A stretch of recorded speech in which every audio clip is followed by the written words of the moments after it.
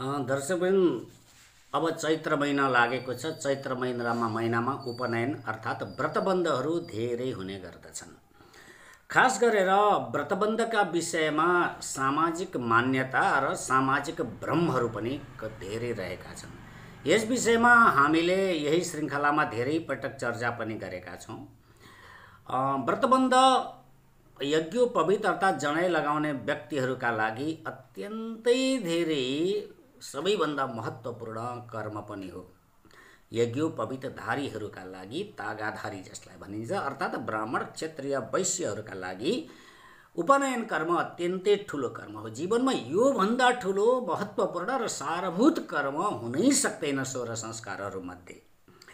र उपनयन अर्थात् व्रतबन्धसँग जोडिएका विषयमा धेरै भ्रमहरू फैलाइन्छन्। ज्योतिषीहरूले भ्रमहरू फैलाउनुहुन्छ। विशेष गरेर हामी सधैँ चर्चा गर्नेछौँ। एउटा अशास्त्रीय कुरा त कतिपय चाहिँ सामान्य अध्ययन गरेका ज्योतिषीहरूले भन्नुहुन्छ तपाईँको सन्तानको व्रतबन्ध घरमा गर्ने हुँदैन, बाहिर गर्नुपर्छ, घरदेखि बाहिर गर्नुपर्दछ, घरमा गर्ने हुँदैन भन्नुहुन्छ।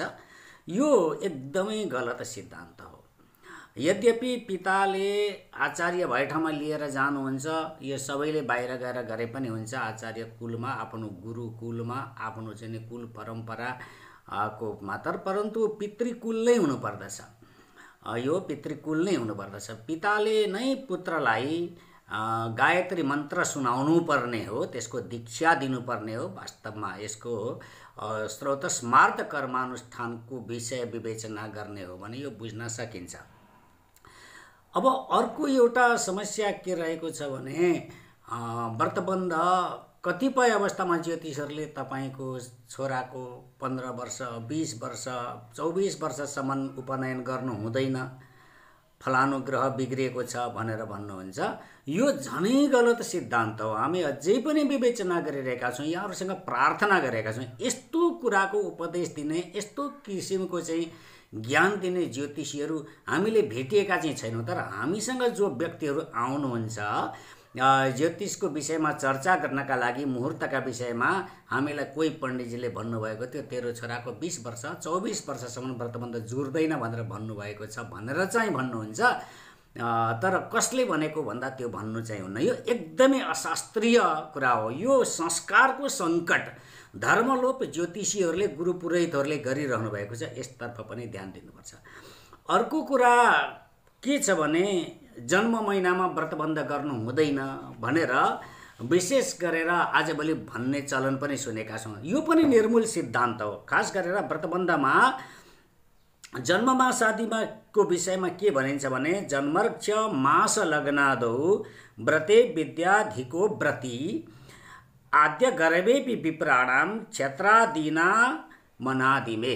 अर्थात् जन्म नक्षत्र, जन्म महिना, जन्म लग्न, जन्म तिथि, जन्म दिन, यसमा ब्राह्मणको जेठो छोरो छ भने व्रतबन्ध गर्दा अत्याधिक विद्वान हुन्छ, विद्या विनयले सम्पन्न भएको हुन्छ। क्षत्रियको दोस्रो गर्भको बच्चा छ भने त्यो अत्यन्तै उत्तम हुन्छ। त्यसकारणले गर्दाखेरि वैश्यको पनि दोस्रो गर्भ अत्यन्तै राम्रो हुन्छ। त्यसकारणले गर्दाखेरि जन्म महिनामा व्रतबन्ध गर्नु हुँदैन भन्ने कुराको स्थापित सिद्धान्त कहीँ पनि छैन।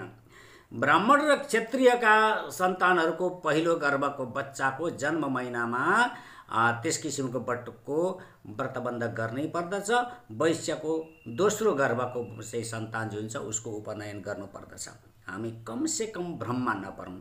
अर्को कुरा गुरुशुद्धि आदि इत्यादि अनिवार्य छ।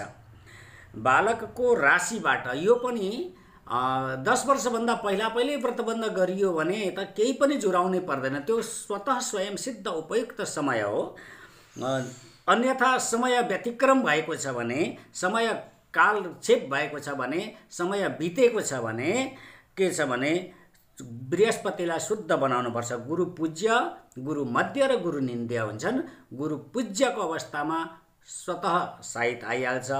गुरु मध्यको अवस्थामा ग्रह शान्ति आदि इत्यादि गरेर गर्नुपर्ने हुन्छ र गुरु निन्द्य भएको बेलामा उपनयन गर्नु चाहिँ हुँदैन। तर यो अवस्था धेरै लामो समयसम्म टिक्दैन। यो विषयलाई हामीले चर्चा गरेका छौँ। त्यसकारणले गर्दाखेरि चैत्र महिनामा व्रतबन्ध गर्दा, किनभने अब चैत्र महिना आउनै लागेको छ र यो समयमा धेरै धेरै धेरैजनाले चाहिँ अब व्रतबन्ध त गर्नुहुन्छ, तर सामान्यतया गुरु पुरोहितहरू अब को हुनुहुन्छ थाहा छैन, खालि कुरा मात्र बाहिर निस्किन्छ, होइन जन्म महिनामा व्रतबन्ध गर्नु हुँदैन भनेर चाहिँ भन्नुहुन्छ। त्यस कारणले गर्दाखेरि उपनयनको विषयमा यो विवेचना गरेका हौँ। जन्म महिनामा ब्राह्मण र क्षत्रियको पहिलो गर्भको सन्तानको व्रतबन्ध गर्नुहुन्छ, वैश्यको दोस्रो गर्भको चाहिँ सन्तानको उपनयन गर्नुपर्ने हुन्छ। गुरुहरूले मन्त्रदानको लग्नहरू हेरिदिनुहुन्न, विशेष जुन जुन कुराहरू हेर्नुपर्ने छ त्यो चाहिँ हेर्नुहुन्न, तर अनर्गल प्रचार गरेर ज्योतिष शास्त्रको र चाहिँ धर्मलाई लोप गर्ने कर्म भने अधिकभन्दा अधिक गरेको पाइएको छ। यसतर्फ पनि सचेत हुन म गुरु पुरोहितहरूलाई आग्रह गर्दछु। धन्यवाद।